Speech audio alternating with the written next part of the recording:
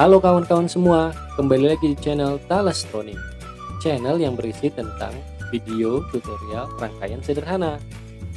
Jangan lupa like dan subscribe ya, agar channel ini terus berkembang. Terima kasih. Jangan lupa sediakan kopi, agar teman-teman semua tetap melek dan segar. Bosku. Halo teman-teman semuanya, hari ini kita akan membahas tentang board development dari ESP32 SoC, yang dimana nanti ESP32 ini dapat kita gunakan untuk keperluan Internet of Things, tentunya untuk membuat sebuah aplikasi atau solusi sederhana dalam kehidupan sehari-hari maupun juga dalam kegiatan penelitian.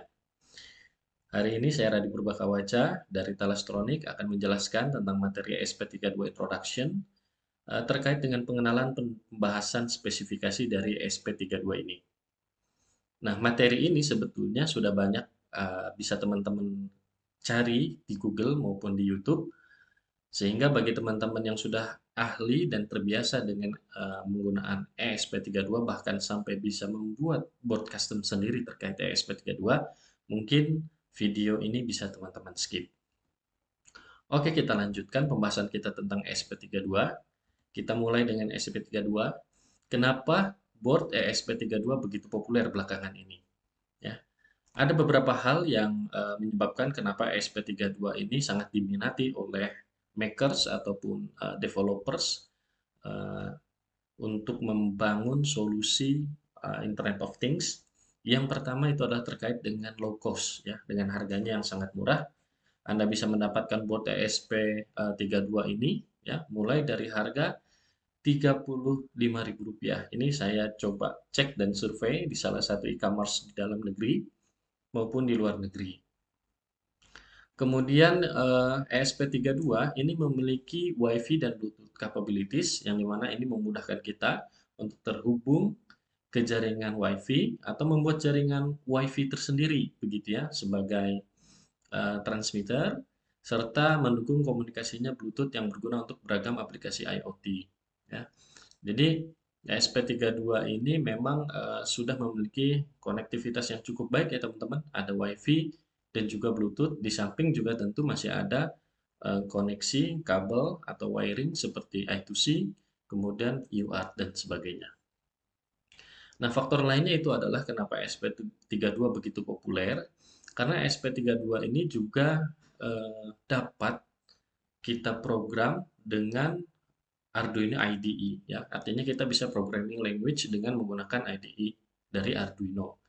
Nah, sebetulnya ESP32 ini juga compatible untuk beberapa uh, programming language lainnya, begitu ya. Tapi nanti akan kita bahas di belakang, gitu ya.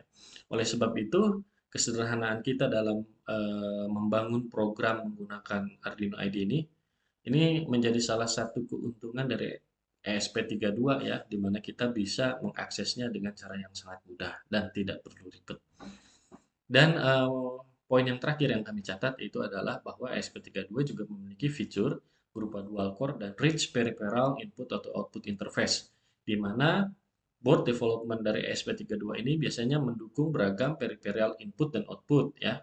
Di situ sudah ada pin ADC, DAC, kemudian ada UART, SPI, ada I2C, ada PWM, dan banyak lagi. Gitu ya. Jadi ini adalah satu board yang cukup powerful dengan menawarkan banyak sekali fitur yang luar biasa, begitu, menurut saya. Oke, kita akan bahas spesifikasi dari ESP32 ini ya. ESP32 ini secara umum biasanya ditenagai dengan core Tensili X10 Dual Core ya, dengan struktur atau arsitektur 32 bit seri LX6 mikroprosesor. Kemudian ESP32 ini memiliki ROM yang cukup besar ya dibandingkan kebanyakan board lainnya begitu yang sejenisnya, dengan harga yang sangat rendah.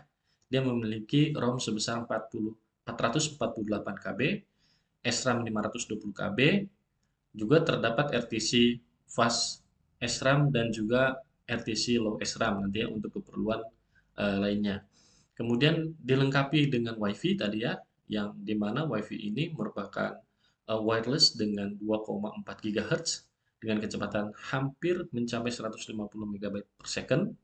kemudian juga dilengkapi dengan BLE atau Bluetooth Low Energy, dan juga bisa dikonfigurasi dengan metode Bluetooth klasik begitu ya, yang tidak berbasis low energy. Kemudian ESP32 board ini juga bisa kita set frekuensi clocknya bisa mencapai 240 MHz.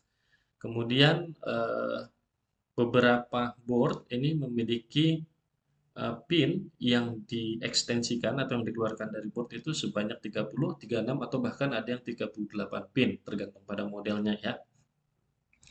Dan yang tadi saya sampaikan di depan bahwa ini adalah rich peripherals ya. Jadi memang dia banyak sekali peripheral-peripheral yang ada di situ, yang ada di board tersebut yang bisa kita gunakan sesuai dengan kebutuhan kita. Seperti adanya ADC, analog to digital converter, ada digital to analog converter, ada I2C, kemudian ada universal asynchronous receiver transmitter, kemudian ada komunikasi controller area network, SPI, PWM, dan lain sebagainya gitu ya.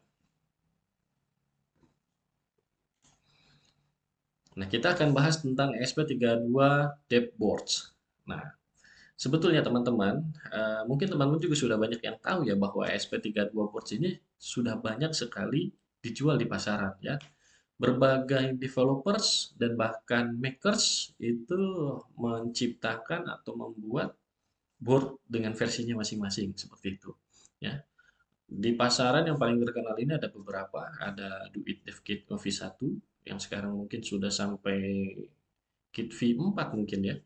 SP32 DevKit, kemudian juga ada SP32S, Node MCU, dan lain sebagainya ya. Kemudian juga di sini saya ingin perkenalkan bahwa kami juga, saya di sini membuat sebuah board custom dari board ESP32 ya, di mana board ini kita namakan Rex 32 ya, sebelah kanan sini ya. Di mana board ini sudah dilengkapi dengan konektivitas tambahan yaitu adalah GSM atau GPRS ya, atau komunikasi dengan jaringan seluler. Kemudian juga di sini sudah ada onboard atau offboard ya, micro SD. Kemudian ada power supply, kemudian ada kontrol digital dengan menggunakan optocoupler dan MOSFET, dan beberapa channel UART dan digital analog yang digunakan untuk keperluan konektivitas terhadap sensor begitu ya.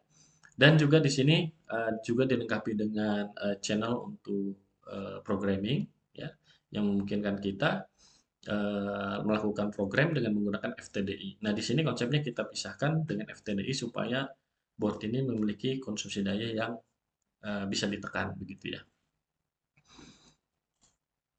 Nah, cara memilih SP32 Dev boards yang sudah banyak ada di pasaran begitu ya. Bagaimana cara memilihnya? Kami memberikan beberapa aspek teknis yang perlu dipertimbangkan ketika teman-teman akan melakukan pemilihan board ESP32 gitu ya. Di antaranya pertama adalah perhatikan di situ ada USB to UART interface dan voltage regulator circuit. Ini adalah bagian yang terpenting di mana nanti USB to UART ini akan memudahkan teman-teman ya apabila teman-teman ingin misalnya melakukan hubungan antara ESP32 dengan komputer dan melakukan program gitu ya, melakukan programming. Kemudian juga voltage regulator circuit ini menjadi bagian yang penting karena ESP32 ini basisnya itu adalah 3,3 volt gitu ya teman-teman. Untuk sensor yang memiliki level inputan 5 volt ini teman-teman juga perlu perhatikan gitu ya, dan lain sebagainya. Jadi kata kuncinya adalah pilih board yang memang di situ sudah ada USB to UART interface-nya ya, atau setidaknya ada extension yang bisa kita pakai sebagai UART interface-nya begitu ya. Kemudian di sini ada boot and reset buttons ya. Beberapa boards komersial itu ada yang menyertakan button boot dan reset button begitu ya. Itu tujuannya adalah untuk teman-teman bisa melakukan programming di mana tombol boot ini perlu ditekan ya nanti pas lagi prosesnya. Atau misalnya teman-teman bisa memilih beberapa boot yang sudah tidak ada bootnya, artinya ketika di programming kita tidak perlu menekan tombol boot ya. Jadi programnya akan masuk secara otomatis ya tanpa manual. Kemudian juga ada tombol reset atau enable. Ini untuk mereset. Jadi ESP32 itu setelah di programming dengan menekan tombol boot, maka kita perlu melakukan reset supaya programnya dapat tereksekusi begitu. Kemudian ada pin configuration dan number of pins. Ini cukup penting bagi teman-teman yang bekerja dengan sensor jumlahnya yang sangat banyak begitu ya. Nah, ini perlu diperhatikan begitu. Kemudian ada extra hardware feature ya. Di sini ada banyak sekali fitur-fitur hardware yang disediakan oleh SP32 seperti misalnya internal RTC, kemudian ada banyak komunikasi dan lain sebagainya yang tentu ini bisa dimanfaatkan untuk mendukung solusi yang sedang teman-teman bangun seperti itu. Kemudian ini adalah programming environment, dukungan aplikasi programming IDE yang bisa digunakan untuk memprogram board ESP32 teman-teman. Yang pertama kita bisa menggunakan Arduino IDE. Mungkin saat ini belakangan ini cukup familiar ya. Arduino IDE ini cukup populer begitu dan banyak makers yang mungkin lebih familiar dengan menggunakan Arduino IDE. Tapi ESP32 juga bisa diprogram dengan IDE lain seperti Expressive IDF ini ya, yang dibentuk atau yang dibuat atau yang dibangun oleh Expressive yang selaku juga developer dari ESP32 ini. Kemudian ada JavaScript, ESP32 juga bisa diprogram dengan MicroPython, dengan bahasa Lua, dan lain sebagainya. Mungkin apabila teman-teman ada yang tahu program IDE lain yang bisa digunakan untuk memprogram ESP32, mungkin bisa ditulis di kolom komentar. Baik, ESP32 pin out ya. Ini adalah spesifikasi fitur dari ESP32 ya. Dari banyaknya board yang ada di pasaran, tentu board-board tersebut memiliki spesifikasi dan juga jumlah pin yang juga beragam begitu ya. Tapi pada dasarnya sebetulnya SP32 ini hampir sama, hanya memang mapping pin SP32 di dalam boardnya itu sangat bergantung pada kreativitas dari pengembangnya begitu ya. Sehingga dalam hal ini teman-teman bisa pilih board ESP32 tentunya yang sesuai dengan kebutuhan dan juga kebiasaan gitu ya. Kadang satu orang biasanya terbiasa dengan menggunakan merek tertentu atau misalnya senang ya atau terbiasa gitu dengan jenis board tertentu ya. Tentu kebiasaan ini apabila disesuaikan dengan kondisi kondisi boardnya ini akan memudahkan kita dalam proses developingnya seperti itu. Nah, ini adalah proses install SP32 board dari Arduino IDE ya. Jadi dalam hal ini saya akan menunjukkan kepada teman-teman begitu ya, terutama teman-teman yang pemula, bagaimana sih kita getting started with ESP32 menggunakan Arduino IDE ya.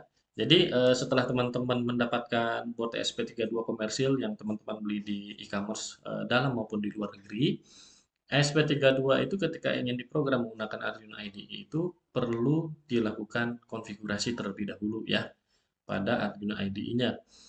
Artinya ESP32 ini tidak bisa serta-merta kita program, tetapi kita mesti melakukan beberapa setup begitu ya agar ESP32 dapat dikenali, kemudian direkognisi atau misalnya bisa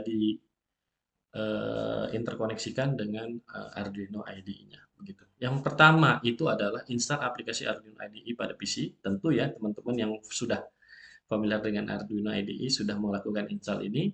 Kalaupun bagi teman-teman yang betul-betul pemula, teman-teman bisa cari di Google ya, ketik Arduino IDE, kemudian cari di situ software, kemudian bisa di-download, sesuaikan versinya dengan kebutuhan dan tentunya spesifikasi komputer teman-teman begitu ya.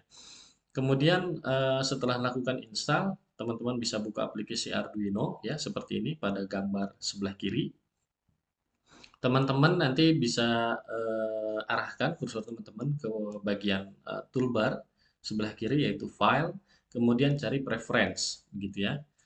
Nah, sudah mendapatkan preference ini, teman-teman klik dan kemudian nanti akan muncul Windows baru ya seperti ini, seperti pada gambar sebelah kanan. Ya. Nah, ini teman-teman di sini bisa cari pada bagian bawah itu ada additional boards manager URLs ya. Di sini teman-teman biasanya kalau belum pernah mengisi atau mengotak-atik atau teman-teman baru pertama kali membuka preferensi ini, biasanya kolom ini akan kosong, begitu ya. Pun kalau misalnya ada, itu dibiarkan saja. Teman-teman bisa menambahkan, ya, mengcopy link ini tersebut ya, link ini terlebih dahulu, URL ini itu https dl.expressive.com dl package esp32 index.json ini ya. Kita kopikan ke bagian additional boards manager seperti itu. Ya. Mudah ya teman-teman ya. Kemudian apabila sudah, berarti teman-teman bisa klik OK ya. Kemudian selanjutnya masih menggunakan Arduino IDE ya. Di bagian toolbar kita bisa ambil tools ya, di tools ini. Kemudian teman-teman bisa arahkan kursor ke bagian boards ya. Nah, ini boards, kemudian nanti teman-teman pilih boards manager seperti itu. Nah, boards manager ini kita klik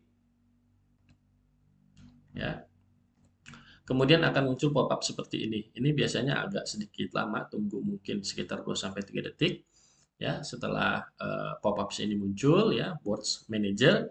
Maka pada bagian kolom yang saya beri tanda merah ini, teman-teman bisa ketikkan ESP32 ya. Maka sistem akan mencari, kemudian nanti akan menemukan yang namanya ESP32 by Expressive Systems. Nah, setelah itu teman-teman di sini ya bisa melakukan install atau sebelumnya teman-teman bisa melakukan pemilihan versinya. Jadi ini adalah semacam tanda quotes ya, program begitu ya, atau spesifikasi board yang dibuat oleh Expressive System begitu ya. Kemudian ini programnya terus diperlakukan perbaikan atau penyempurnaan. Nah, ini adalah versinya ya, 1.06. Teman-teman bisa pilih versi yang terakhir atau yang lebih baru ya, kemudian teman-teman tinggal klik install begitu. Nah, proses installing ini biasanya membutuhkan atau memerlukan waktu ya beberapa menit sehingga teman-teman bisa tinggalkan ya atau bisa ditunggu juga. Kecepatan installing maupun downloading ini tergantung, terutama downloading ya, tergantung pada kecepatan internet begitu. Ya, kemudian setelah selesai nanti tampilannya akan seperti ini ya. Pada SP32 Expressive System ini versi yang terinstall adalah 1.0.6 dan di sini ada label installed gitu ya atau installed. Nah, ini bisa kita katakan proses untuk installing Boards Manager ESP32 telah selesai. Ya. Nah, ini adalah programming dan testing. Jadi, teman-teman ketika sudah install Boards Manager untuk ESP32, maka secara otomatis file-file atau program-program library pendukung dari ESP32 itu sudah berhasil kita import ke Arduino IDE. Seperti itu ya. Nah, untuk bisa memprogram ESP32, maka kita masih perlu melakukan beberapa langkah berikut ini. Yang pertama, teman-teman bisa arahkan kursor ke tools ya, yang ini. Kemudian arahkan ke boards. Kemudian dari boards ini teman-teman akan muncul ESP32 Arduino seperti ini ya. Nah, kemudian ESP32 Arduino ini teman-teman nanti bisa muncul pop-up baru lagi begitu ya, pop-up menu yang baru lagi, scrolling menu. Teman-teman bisa pilih ESP32 Dev Module ya, terutama untuk teman-teman yang mungkin menggunakan ESP32 yang jenisnya tidak diketahui gitu ya, atau yang custom. Apabila teman-teman misalnya menggunakan Wemos, teman-teman bisa scroll ke bagian bawah dan cari produk ESP32 Wemos begitu ya. Kemudian juga untuk Node MCU, kemudian untuk versi-versi yang lainnya seperti misalnya GO ya. Kemudian ada buatan dari SparkFun ya, itu bisa dipilih ya, sesuaikan eh, program ini ya atau nama yang akan kita gunakan ini sesuai dengan board yang kita gunakan. Kecocokannya itu sangat mempengaruhi karena tadi setiap developer membangun board ESP32 itu sesuai dengan kreativitas ya. Jadi programnya juga disesuaikan dengan board yang mereka kembangkan masing-masing seperti itu. Nah, kemudian pada gambar yang sebelah kanan ini gambar 2 ya. Setelah kita selesai memilih nama ya atau memilih board ya di Arduino IDE ini, kita bisa kembali klik ya pada toolsbar itu kita pakai tools, kemudian kita scroll ke bawah, kita cari di bagian bawah ya, itu ada port. Nah, port ini akan terbaca apabila teman-teman sudah mengkoneksikan ya board ESP32 teman-teman ya dengan kabel, kemudian dicolokkan ke salah satu USB komputer. Nah, kalau komputernya berhasil mendeteksi adanya board ESP32, maka pada bagian port ini akan muncul seperti itu ya. Nah, di komputer saya muncul COM3, maka kita bisa pilih COM3 tersebut. Nah, langkah selanjutnya itu adalah kita akan mencoba melakukan programming ESP32 dari program example yang disediakan oleh ESP32 Boards Manager tadi, begitu ya. Di sini kan sudah include library-nya. Di situ ada kumpulan eh, contoh program yang bisa kita coba ke ESP32. Dalam hal ini kita akan coba untuk program WiFi Scan. Langkah yang pertama, scroll kita arahkan ke toolbar, kemudian kita pilih file, kemudian kita arahkan kursor ke bawah, cari example, kemudian akan muncul ya scrolling menu berikutnya, kita cari di example from board ESP32 gitu ya. Kemudian kita cari ya di sini kita akan coba program WiFi, kemudian muncul lagi menu baru, kita pilih WiFi Scan teman-teman gitu ya. Nah, program WiFi Scan ini kita gunakan hanya untuk mengetes saja begitu ya. Apakah kita sudah berhasil untuk memprogram ESP32 begitu. Nah, WiFi Scan sendiri ini adalah satu program yang disediakan oleh library ESP32 yang bertujuan untuk mengetahui atau searching atau finding atau scanning adanya jaringan WiFi di area kita seperti itu ya. Nanti kita akan dapat list WiFi apa saja yang terdeteksi oleh ESP32. Kemudian di gambar sebelah kanan, langkah selanjutnya itu adalah kita akan klik WiFi Scan ini, kemudian akan muncul program, kemudian kita akan upload ya, upload saja secara langsung di bagian Arduino IDE sebelah kiri ya tadi ini kita ada tanda panah yang ke samping gitu ya. Tanah panah yang ke samping ini bisa kita gunakan untuk upload program WiFi Scan itu ke ESP32. Nah, prosesnya nanti akan berjalan, kemudian akan muncul titik-titik. Nah, ketika titik-titik itu kita harus menekan tombol boot ya apabila teman-teman menggunakan boot development ESP32 yang seperti ini ya. Ini yang ada tombol boot dan tombol enable-nya atau reset seperti itu. Jadi ketika muncul titik-titik-titik tekan boot ya sekitar 1 sampai 2 detik, kemudian kita lepas lagi. Ketika programnya masuk, nanti dia akan selesai. Nah, kapan sih programnya selesai? Program selesai itu bisa ditandai pada bagian gambar ini, teman-teman. Nah, di sini ada tulisan Living Hard Resetting. Maka setelah ini kita bisa nyatakan programnya sudah masuk seluruhnya ke dalam SP32, proses uploadingnya sudah berakhir, kemudian kita bisa tekan tombol enable atau reset ya untuk mengeksekusi program yang sudah kita masukkan tadi. Nah, setelah kita tekan tombol reset atau enable, maka SP32 biasanya akan memunculkan beberapa informasi seperti ini, begitu ya. Ini bisa kita abaikan, begitu ya, karena ini adalah proses salah satu proses boot ya dari ESP32 sebelum mengeksekusi dari program yang kita telah upload tadi, begitu. Nah, WiFi Scan tadi ini di sini kita mulai dari setup down ini ya. Kemudian ada scan start karena WiFi-nya memang untuk men-scan. Kemudian di sini hasilnya diperoleh ada 4 jaringan WiFi yang terdeteksi ya. 1, 2, 3, dan 4 dan sebagainya gitu.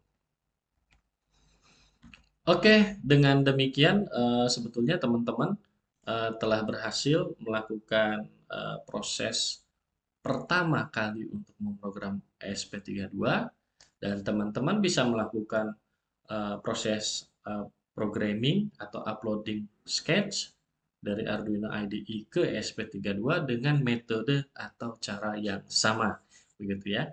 Atau teman-teman apabila sudah membuat program sendiri ya sesuai dengan kebutuhan teman-teman, cara yang sama juga bisa digunakan untuk uploading atau programming ESP32 board kita seperti itu.